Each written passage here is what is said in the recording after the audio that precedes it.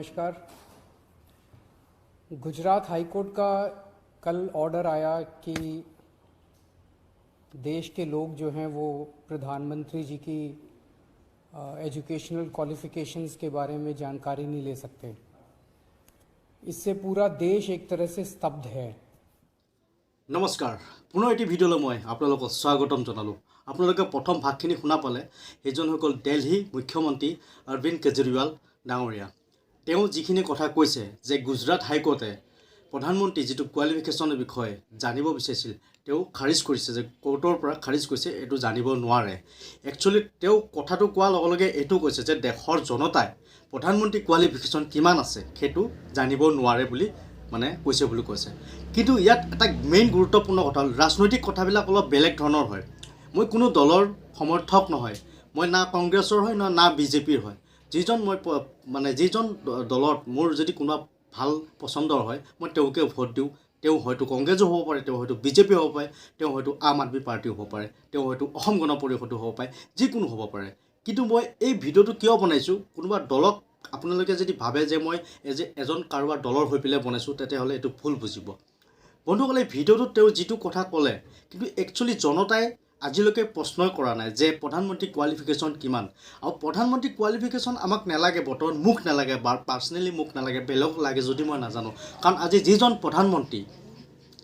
প্ৰধানমন্ত্ৰীয়ে গোটেই বিশ্বত এতিয়া এনেকুৱা এটা পাৱাৰ্ছ ক্ৰিয়েট কৰিছে যিটো নেকি আমাৰ ভাৰতবৰ্ষখনক সকলো কিছুমান চিনি নোপোৱা কিছুমান দেশে ভাৰতবৰ্ষক চিনি পোৱা গৈছে। আৰু ভাৰতবৰ্ষখনক এনেকুৱা হৈছে এখন অন্নদাতা এখন দেশ বুলি পেলাই মানে পৰিচালনা হৈছে। কাৰণ আমাৰ ইয়াৰ দেশৰ পৰা মানুহে খোৱা খাদ্য বহুত পায়। হয় আমি টেকন'লজি ক্ষেত্ৰতে হওক বা কিছুমান মেচিনাৰী ক্ষেত্ৰতে হওক আমি অলপ ডাউন বা বেলেগৰ পৰা আমি ক্ৰয় কৰিব লাগে।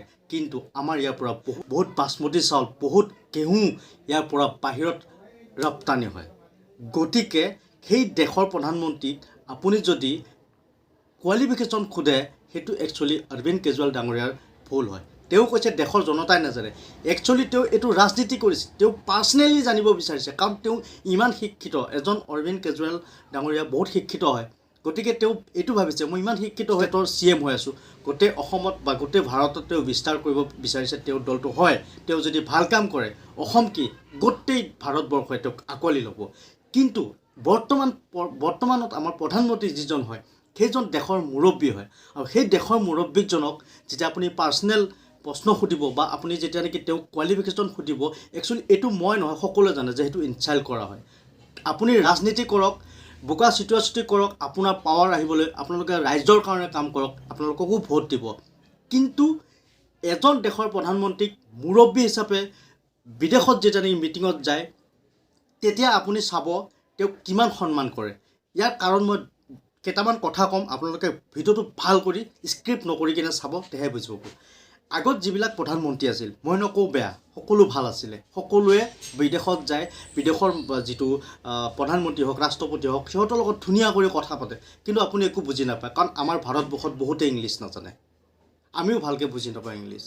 আমাৰ যিবিলাক প্ৰধানমন্ত্ৰী আছিল যেতিয়া কোনোবা বিদেশৰ প্ৰধানমন্ত্ৰীৰ লগত যেতিয়া কথা পাতে ইংলিছত কথা পাতে। আৰু আপুনি যদি কেতিয়াবা চাই, কেতিয়াবা যদি সিহঁতক টক শ্ব'ত মাতে প্ৰধানমন্ত্ৰীক পাৰ্চনেল কথা সুধিবৰ কাৰণে দেশৰ, সিহঁতি ইংলিছত কয় যে ভাৰতবৰ্ষত বহুত মানুহে ইংলিছ নাজানে। সেই কথাটো সিহঁতি একেবাৰে জনা নাছিলে।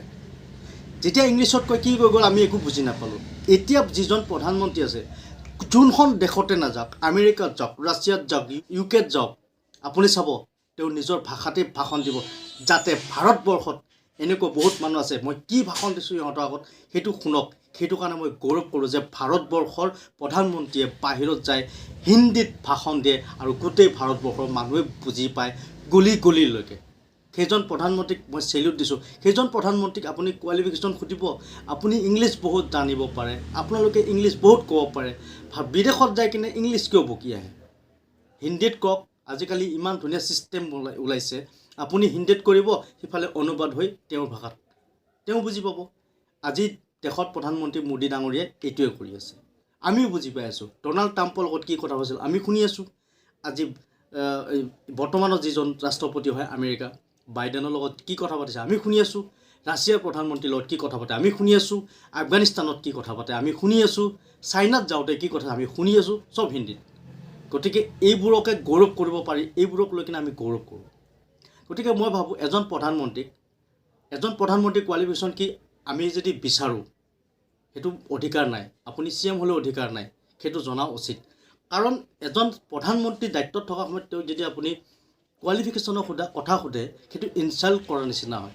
আৰু যিজন দেশৰ প্ৰধানমন্ত্ৰী মুৰব্বী হিচাপে আমি জানো সেইজনৰ বিষয়ে যেতিয়া বাহিৰত যায় আপুনি বেয়াকৈ প্ৰচাৰ কৰিব বা বেয়াকৈ কথা ক'ব, তাৰ কাৰণটো কি হৈ গ'ল, দেশক আপুনি দুৰ্নাম কৰি আছে। বিশ্বগুৰু হয় আমাৰ ভাৰতখন, বিশ্বগুৰু হিচাপে বৰ্তমান খ্যাত আমাৰ ভাৰতবৰ্ষ। গতিকে মই আপোনাৰ কথাত একদম সমৰ্থন নকৰোঁ বা আপোনাৰ কথাত মই একেবাৰে মত নাই অৰবিন্দ কেজৰিৱাল ডাঙৰীয়া। হয়, আপুনি ভাল কাম কৰিছে, আপোনাক ৰাইজে ভোট দিছে। গতিকে মই এইটোৱে কওঁ বন্ধুসকল ভিডিঅ'টো শেষলৈকে চাব, তেওঁ কি কৈছে আৰু আপোনালোকে কি বুজিছে মোৰ ভিডিঅ'টোত মই একজেক্টলি নাজানো। মত বিনিময়ত আপোনালোকে মোক কমেণ্ট কৰি জনাব পাৰে। বলক ভিডিঅ' শেষলৈকে যাওঁ। क्योंकि हम लोग जनतंत्र में रहते हैं और जनतंत्र के अंदर तो प्रश्न पूछने की और जानकारी मांगने की आज़ादी होनी चाहिए। किसी का भी कम पढ़ा लिखा कोई गुनाह नहीं है, किसी का भी अनपढ़ होना कोई गुनाह नहीं है, कोई पाप नहीं है। हमारे देश में इतनी गरीबी है, अपने घर की परिस्थितियों की वजह से, अपने घर की हालात की वजह से बहुत लोग ऐसे हैं जो नहीं पढ़ पाते, जिनको पूरी अच्छी शिक्षा नहीं मिल पाती। मैंने ये जानकारी क्यों मांगी? हमारे देश को आज़ाद हुए 75 साल हो गए। इन 75 सालों में देश उतनी तरक्की नहीं कर पाया जितनी तरक्की करनी चाहिए थी। आज लोगों में बहुत ज़्यादा बेचैनी है, लोग बहुत तेज़ी से तरक्की चाहते हैं। हम 21वीं सदी में रह रहे हैं। 21वीं सदी का भारत, 21वीं सदी का युवा बहुत एस्पिरेशनल है। वो बहुत तेज़ी से तरक्की चाहता है, रोज़गार चाहता है, महंगाई से छुटकारा चाहता है। वो चाहता है कि भारत तेज़ी से तरक्की करे। ऐसे में देश के प्रधानमंत्री का पढ़ा लिखा होना बहुत ज़रूरी है। पर जब हम देखते हैं कि प्रधानमंत्री मोदी जी के हर दूसरे तीसरे दिन कुछ ऐसे बयान आते हैं जो देश को विचलित कर देते हैं। जैसे एक उनका बयान आया कि नाली में से जो गैस निकलती है उस गैस से चाय बनाई जा सकती है, मतलब उस गैस को एनर्जी के रूप में इस्तेमाल करके उससे चाय बनाई जा सकती है। कोई भी जानकार आदमी, पढ़ा लिखा आदमी इस किस्म की बात नहीं करेगा। एक আপোনালোকে চাই আছে ভিডিঅ'টো, যদি চাই আছে তেনেহ'লে আপোনালোকে নিশ্চয় কিছুমান কথা বুজি পোৱা নাই বা কিছুমান কথা হয়তো আপোনালোকে ধৰিব পৰা নাই। মই কৈ আছোঁ অৰবিন্দ কেজৰিৱাল ডাঙৰীয়াই যিখিনি কথা কৈছে নোহোৱাও নহয়, একচুৱেলি হয়। কিন্তু কিছুমান কথা আপুনি যদি ভাবি যদি চায় আপুনি বহুত পঢ়া শুনা মানুহ হয়। মই একচুৱেলি অৰবিন্দ কেজৰিৱাল ডাঙৰীয়াক ট্ৰল কৰা নাই, যিখিনি প্ৰকৃত সত্য মোৰ অন্তৰৰ পৰা জাগিছে মই সেইখিনিয়ে কৈছোঁ। যদি আপুনি ইমানেই পঢ়া শুনা আছে, ঠিক আছে আপুনি পঢ়া শুনা আছে, কিন্তু আপোনাৰ পঢ়া শুনা থাকি কিনেও আপুনি এটা প্ৰেছ মিট কৰিছে আৰু সেই প্ৰেছ মিটত আপুনি পাৰ্চি চাই কিনে যদি কৈ থাকিব লাগে, তেতিয়াহ'লে আপুনি এইটোৱে চাওক, তুলনা যদি কৰোঁ এজন প্ৰধানমন্ত্ৰী আপুনি ভাবিছে তেওঁ শিক্ষা নাই, তো শিক্ষা নথকা প্ৰধানমন্ত্ৰী এজনে কোনো পাৰ্চি নোচোৱা কৰি আগতে আয়ত্ব কৰি কিনে গোটেই ৰাজ্যক ভাষণ দি কিনে মুগ্ধ কৰি যায়, সেইটো হৈ গ'ল প্ৰধানমন্ত্ৰীৰ পাৱাৰ। কিন্তু আপুনি কি কৰিছে, আপুনি যিখিনি কথা কৈ আছে তাতো আপুনি পাৰ্চি চাই কিনে কৈ আছে, আপোনাৰ চিঠিখন চাই কিনে কৈ থাকিব লগা হৈছে। সেইটোৱে হৈ গ'ল প্ৰধানমন্ত্ৰী আৰু আপোনাৰৰ তুলনাটো। গতিকে বন্ধুসকল আপোনালোকে লক্ষ্য কৰিব, তেওঁ যেতিয়াই কথা কয় তেতিয়াই তেওঁ পাৰ্চিখন চাই পাহৰি যায়গৈ। কিন্তু তেওঁ বহুত পঢ়া শুনা আছে, কিন্তু বহুত পঢ়া শুনা থাকি কিনেও এই অৱস্থা। দেন তাতকৈ নপঢ়া নুশুনা মানুহ এজনে যদি প্ৰধানমন্ত্ৰী হৈ পেলাই দেশৰ কাৰণে যদি ভাল কাম কৰে, দেশৰ উন্নতিৰ কাম কৰে বা দেশখনক জিলিকায়, তাতকৈ আৰু কি লাগে। সেইটোকে মই ছাপোৰ্ট কৰোঁ। আপোনালোকে কি কয় সেইটো মই নাজানো। এতিয়া চাওক আপুনি লাষ্টত তাৰ শেষৰ ভাষণখিনি এতিয়া আকৌ পাৰ্চি চাই চাই কৈ থাকিব, আপোনালোকে চাই যাওক। एक उनका बयान आया कि अगर किसी दिन बारिश हो रही है और बादल हैं तो बादलों के पीछे हवाई जहाज जो है उसको रडार नहीं पकड़ पाएगा। ये तो जिसने भी सुना उसे ही लगा कि ये क्या बात कर रहे हैं। आर्मी के लोगों ने, फौज के लोगों ने, एयरफोर्स के लोगों ने, बच्चों ने, पढ़ने वाले बच्चों ने, युवाओं ने जब ये बात सुनी तो उन्हें बड़ा अटपटा सा लगा। उससे ऐसे लगता है कि उनका विज्ञान के बारे में, साइंस के बारे में कितनी कम जानकारी है।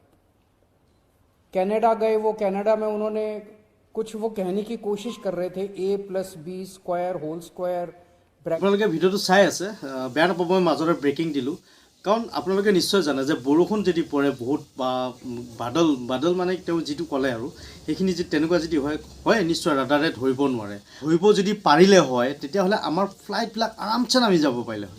নহ'লে যিকেইখন আমাৰ ফাইটাৰ জেট উৰে, সেই ফাইটাৰ জেট যেতিয়া উৰিবৰ কাৰণে ৰাডাৰৰ পৰা বাচিবৰ কাৰণে সিহঁতি কি কৰে, পিছফালে সিহঁতি ধোঁৱাৰ নিচিনা এখন বেৰ বনাই দিয়ে। কিয় বনাই দিয়ে? বাদল বনাই দিয়ে। বাদল বনাই দিয়া মানে সিহঁতক ৰাডাৰে যাতে ধৰিব নোৱাৰক, লগে লগে একশ্যন কৰি কিনে সিহঁতি ওলাই গুচি যায়গৈ, আৰু লগে লগে সিহঁতি এই ধোঁৱাটো এৰি দিয়ে। ধোঁৱা মানে বাদলটো এৰি দিয়ে যাতে ৰাডাৰে ধৰিব নোৱাৰে। ইণ্টাৰনেলি ক্ষেত্ৰত আমি বুজি নাপাওঁ, কিন্তু আমি এইটোৱে ভাবোঁ, মই এইটো ভাবোঁ বা বেলেগ, সেই বস্তুটো একচুৱেলি ফাইটাৰ জাহাজৰ ক্ষেত্ৰত দেখা যায়। আৰু প্ৰধানমন্ত্ৰী যে ডাঙৰীয়াই যিটো ক'লে, যদি বহুত বৰষুণ হয়, বহুত যদি বাদল হয়, তেতিয়াহ'লে ৰাডাৰে কিছুমান বস্তু ধৰিব নোৱাৰে। এইটো চাবলৈ গ'লে প্ৰকৃত সত্য হয়। নহ'লে ফ্লাইটবিলাক নামোতে ইমান দেৰি নহ'লে হয়। কেতিয়াবা মৌচম বেয়া থাকিলে ফ্লাইট ডিলাইট হয় নামোতে। ৱেডাৰটো বেয়া হৈ গ'লে প্লেনখন মানে নমাব নোৱাৰে, ছিগনেল নাপায়। ইয়াৰ কাৰণটো হ'ল ৰাডাৰে ঢুকি পোৱা নাই। গম পাইছেনে আপোনালোকে? তেনেকুৱা ধৰণৰ কথা হয়। তেওঁ কথাটো ঠিকেই হয়, আৰু তেওঁ এইটো কথাকে কৈ পিনে কৈছে যে এইটো কি কথা, বহুত মানুহে বোলে, বহুত ল'ৰা ছোৱালীয়ে আচৰিত হৈছে, ষ্টুডেণ্টে আচৰিত হৈছে। আচৰিত হ'বলগীয়া একো নাই। আৰু ছায়েন্স আৰু বিজ্ঞানৰ কথা এনেকৈ ক'লে যে মই তাতো কৈ আছোঁ, ইয়াৰ আগতো বহুত মানে ইয়াৰ আগত চৰকাৰ যি আছিল, ইয়াৰ আগত যিমানবোৰ যোনটো দলে চৰকাৰ চলিছে আপোনালোকে জানে। ইছৰ'ক আপোনালোকে কেতিয়াবা শুনা পাইছিল জানো? ইছৰ' বুলি পেলাই এটা যে আমাৰ চাইণ্টিষ্ট আছিল, ইছৰ' এটা চাইণ্টিষ্ট আমাৰ যে এখন আছে বুলি আপোনালোকে কোনোবাই গম পাইছিল? DRDO নাম কেতিয়াবা শুনা পাইছিল নে বাৰু? আজি শুনা পাইছোঁ ইছৰ' বুলি পেলাই আমাৰ এটা চাইণ্টিষ্ট বিজ্ঞান আছে, আমাৰ মানে বিজ্ঞান এটা আছে, য'ত নেকি আমাৰ ৰকেট লঞ্চ কৰে, য'ত নেকি আমাৰ চন্দ্ৰয়ান-2 লঞ্চ কৰিলে। আগত আছিল কিন্তু আমি গম নাপাওঁ। কিন্তু BJP চৰকাৰ বা এই গভমেণ্ট থাকোঁতেহে আমি গম পাইছোঁ যে ইছৰ' নামৰ এটা কোম্পানী আছে, DRDO নামৰ কোম্পানী এটা আছে, মানে ছায়েন্সৰ। আমি এতিয়াহে গম পাওঁ, য'ত নেকি মানে আন্তঃৰাষ্ট্ৰীয় কিছুমান কাম চলি থাকে। এতিয়া গম পাইছোঁ। কিন্তু আৰু এটা কথা, যেতিয়া নেকি মাজত অটল বিহাৰী বাজপেয়ী ডাঙৰীয়া আহিছিল, তেতিয়াও হয়তো আপোনালোকে গম পাইছিল এটমিক পাৱাৰ কি বস্তুটো আমি তেতিয়া গমেই পোৱা নাছিলোঁ। কিন্তু আমাৰ ভাৰতবৰ্ষত এটমিক পাৱাৰৰ কথা যেতিয়া নেকি ভাবিছিল বেলেগ গভৰ্ণমেণ্ট থাকোঁতে, কিন্তু নোৱাৰিলে। কাৰোবাৰ দবাৰত মানে কোনোবাই মানা কৰি দিলে, আমেৰিকাৰ পৰা মানা কৰিলে, নোৱাৰিলে। কিন্তু অটল বিহাৰী বাজপেয়ী ডাঙৰীয়া যেতিয়া নেকি আহিছিল, এটমিক পাৱাৰ ভাৰতবৰ্ষক দি থৈ গ'ল। সেইবিলাক কথা পাহৰিব নালাগে। মই কোনোবা দলৰ নহয় দেই, এতিয়াও কৈ আছোঁ, কিন্তু কিছুমান কথাত লাগি যায় চাগে দলৰ হয়। কিছুমান মানে কথা যদি বেলেগ ষ্টাইলত যদি ভাবে নহয়, কিছুমান নাজানা কথা আমি এই চৰকাৰ থাকোঁতেহে গম পাইছোঁ। এই চৰকাৰ নহয়, মানে বৰ্তমান মোদী থকাৰ কাৰণেহে গম পাইছোঁ। বলক বাকীখিনি চাই লওক, মই আৰু নকওঁ। শেষত মোৰ অপিনিয়ন আছে, আপোনালোকে চাব ভিডিঅ'টো শেষলৈকে, তেহে গম পাব। ब्रैकेट लेकिन वो क्या कहना चाह रहे थे किसी को समझ नहीं आया। पूरी दुनिया उस टाइम प्रधानमंत्री जी को देख रही थी। पूरी दुनिया के सामने देशवासी एक तरह से बड़े एम्बैरेसिंग फील कर रहे थे। एक और मैं देख रहा था, प्रधानमंत्री मोदी जी बच्चों को एड्रेस कर रहे हैं। बच्चों को वो बता रहे थे कि कैसे क्लाइमेट चेंज जो है वो ऐसा कुछ नहीं है, कोई क्लाइमेट चेंज नहीं है। अब climate change, global climate change, global warming जो है ये एक बहुत बड़ा सत्य है। ये पूरी दुनिया मानती है, पूरी दुनिया के अंदर इस पे खूब काम चल रहा है। अगर हमारे देश के प्रधानमंत्री ऐसी बात करेंगे कि क्लाइमेट चेंज कुछ नहीं है, ग्लोबल वार्मिंग कुछ नहीं है, तो फिर तो उसके ऊपर हम एक्शन भी कैसे ले पाएंगे। और मैं देख रहा था उसमें जो बच्चे सुन रहे थे वो दबी जबान में हंस रहे थे। ऐसे में ये संदेह होता है और ये प्रश्न उठता है कि क्या हमारे देश के प्रधानमंत्री पढ़े लिखे हैं और कितने पढ़े लिखे हैं। प्रधानमंत्री जी के कुछ वीडियो हमने देखे। एक भाषण में वो कह रहे हैं कि मैं पढ़ा लिखा नहीं हूँ, मैं गांव के स्कूल गया था, उससे ज़्यादा मेरी कोई पढ़ाई नहीं हुई है। प्रधानमंत्री का पढ़ा लिखा होना क्यों ज़रूरी है? प्रधानमंत्री को एक ही दिनों में सैकड़ों फैसले लेने होते हैं, विज्ञान से संबंधित, अर्थव्यवस्था से संबंधित।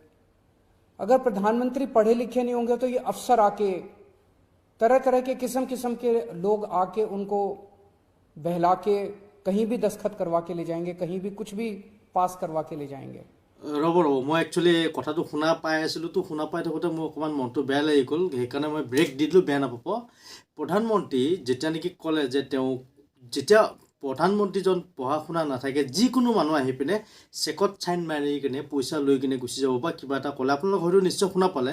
কিন্তু সেই প্ৰধানমন্ত্ৰী যদি তেনেকুৱা হ'লে আজি কিমান দিন শাসন চলালে আপোনালোক নিশ্চয় গম পাই আছে।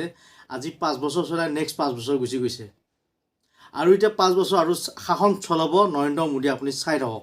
আৰু এই 5 বছৰ যিটো শাসন চলাব ন, ভাৰত কিমান আগলৈ গুচি যাব সেইটো আপোনালোকে গম পাব। মই এই বস্তুটো আচৰিত পালোঁ। সেই পুৰণা জামানা নাই আৰু টিপ চহী মাৰি দিব, আৰু যেনেকৈ ক'লে কেজৰিৱাল ডাঙৰীয়াই যে যিকোনো মানুহে প্ৰলোভন কৰি কিনে আপোনাক চাইন মাৰি কিনে পইচা লৈ যাব বা ডেক বিক্ৰী কৰি দিব বা কিবা এটা লৈ যাব। আপোনালোকে শুনা পাইছে নিশ্চয়। যদি এনেকুৱা হ'ল হয় তেতিয়াহ'লে প্ৰধানমন্ত্ৰী ইমান দিনলৈকে নাথাকে। ইমান দুৰ্বল মাথা নহয় তাৰমানে প্ৰধানমন্ত্ৰী। जैसे नोटबंदी हुआ, नोटबंदी से देश को बहुत खामियाजा भुगतना पड़ा। नोटबंदी से देश एक तरह से 10 साल पीछे चला गया। इतना ज्यादा नोटबंदी से पूरी देश की अर्थव्यवस्था को नुकसान हुआ। अगर देश के प्रधानमंत्री पढ़े लिखे होते तो कभी किसी हालत में नोटबंदी ना करते। जीएसटी लागू किया गया, जीएसटी बहुत अच्छा कॉन्सेप्ट था, लेकिन जिस तरह से लागू किया गया इसने पूरी अर्थव्यवस्था का बेड़ा गर्क कर दिया। आज अगर पढ़े लिखे प्रधानमंत्री होते तो जीएसटी ठीक से देश के अंदर लागू होता। किसानों के 3 काले कानून लागू किए गए। जिस तरह से वो कानून लाए गए बिना लोगों से पूछे, बिना बातचीत किए, ये समझ में नहीं आता कि किसने जाके प्रधानमंत्री जी के कान भरे और उन्होंने वो कानून पास कर दिया। अंत पंत में 1 साल के बाद वो तीनों कानून वापस लेने पड़े। तो इस तरह से कोई भी व्यक्ति जाके प्रधानमंत्री जी को बेवकूफ बना सकता है अगर प्रधानमंत्री जी पढ़े लिखे नहीं होंगे। पिछले कुछ वर्षों के अंदर 60,000 स्कूल देश के अंदर बंद कर दिए गए।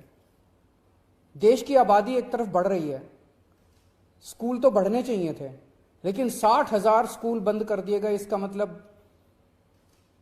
देश में शिक्षा को तवज्जो नहीं दी जा रही जो तवज्जो दी जानी चाहिए। एक अनपढ़ देश कैसे तरक्की करेगा? हाईकोर्ट के ऑर्डर ने प्रधानमंत्री जी की शिक्षा को लेकर जो संशय था वो और बढ़ा दिया है। इस बात का लोगों को जवाब नहीं मिल पाया कि प्रधानमंत्री जी कितने पढ़े लिखे हैं। कुछ डिग्री इधर उधर, एक दिन अमित शाह जी ने भी प्रेस कॉन्फ्रेंस करके कुछ वर्ष पहले डिग्री दिखाई थी। अगर डिग्री है और वो सही है तो डिग्री दिखाई क्यों, दी क्यों नहीं जा रही?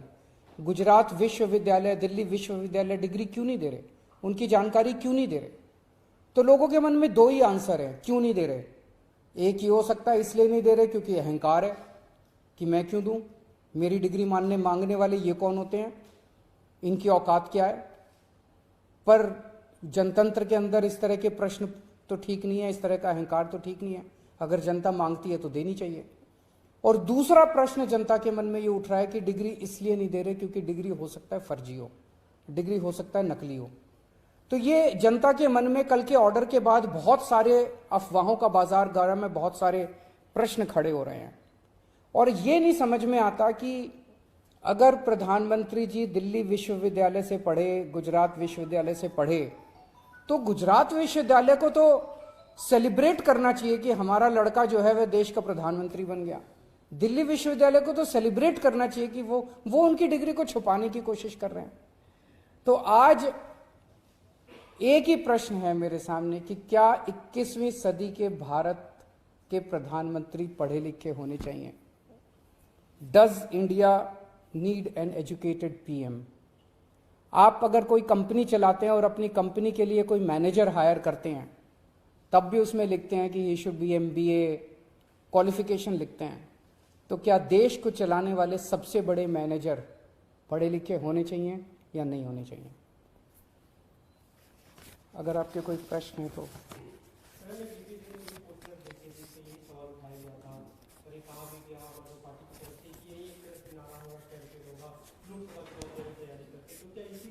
ये एक इम्पॉर्टेंट प्रश्न है, सारे देश के सामने अहम प्रश्न है।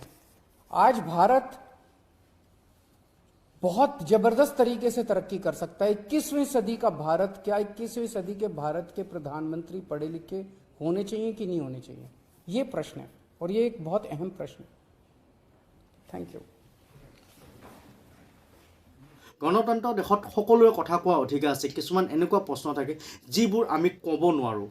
হয়, আপোনাৰ কিবা অসুবিধা হৈছে আপুনি উপস্থাপন কৰিব পাৰে, আপুনি আন্দোলন কৰিব পাৰে। যেতিয়া এজন প্ৰধানমন্ত্ৰী, দেশৰ মুৰব্বী, তেওঁক যেতিয়া আপুনি পাৰ্চনেল এটেক কৰিব, সেইটো হৈ গ'ল একেবাৰে আইনৰ মানে লয়ে আপোনাক এইটো অৰ্ডাৰ নকৰে। গতিকে বন্ধুসকল, মই ভিডিঅ'টো কি বুজাবলৈ ধৰিলোঁ, কি ক'লোঁ আপোনালোকে নিশ্চয় গম পাইছে। আৰু অৰবিন্দ কেজৰিৱাল ডাঙৰীয়া কথাখিনিও আপোনালোকে শুনা পাইছে, আৰু তেওঁ যিখিনি প্ৰেছত যিখিনি ভাষণ দিছে আপোনালোকে নিশ্চয় গম পাইছে। কিন্তু মই সমৰ্থন নকৰোঁ দল হিচাপে, মই কোনো দলতে নহয় বা কোনো দলকে সমৰ্থন নকৰোঁ। যাক ভাল লাগে মই তাক ভোট দিওঁ। কিন্তু মই অৰবিন্দ কেজৰিৱাল ডাঙৰীয়াই যিখিনি কথা কৈছে তাত কিন্তু মই একমত নহয়, আৰু এজন প্ৰধানমন্ত্ৰীক তেনেকৈ কোৱা মানে দেশৰ বদনাম কোৱা। বন্ধুসকল, কেনেকুৱা পালে ভিডিঅ'টো চাই আপোনালোকে জনাব। যদি প্ৰথম পাইছে মোৰ এই ভিডিঅ' আৰু এই মোৰ চেনেল, তেনেহ'লে ছাবস্ক্ৰাইব কৰিবলৈ একেবাৰে নাপাহৰিব। যদি আপুনি মোক ফেচবুকত চাই আছে, তেনেহ'লে ফেচবুক পেজটো ফ'ল' কৰিবলৈ নাপাহৰিব। আৰু ক'ৰ পৰা চাই আছে যদি আপুনি পায়, এটা মেছেজ কৰি কৰিব। মোৰ এই ভিডিঅ' কোনখন ডিষ্ট্ৰিক্টলৈ গৈছে মই যদি জানিবলৈ পাওঁ, তেনেহ'লে মোক মনটো ভাল লাগিব। বলক বন্ধুসকল, সদায় কোৱাৰ দৰে handsome not matter, heart matter. জয় আই অসম।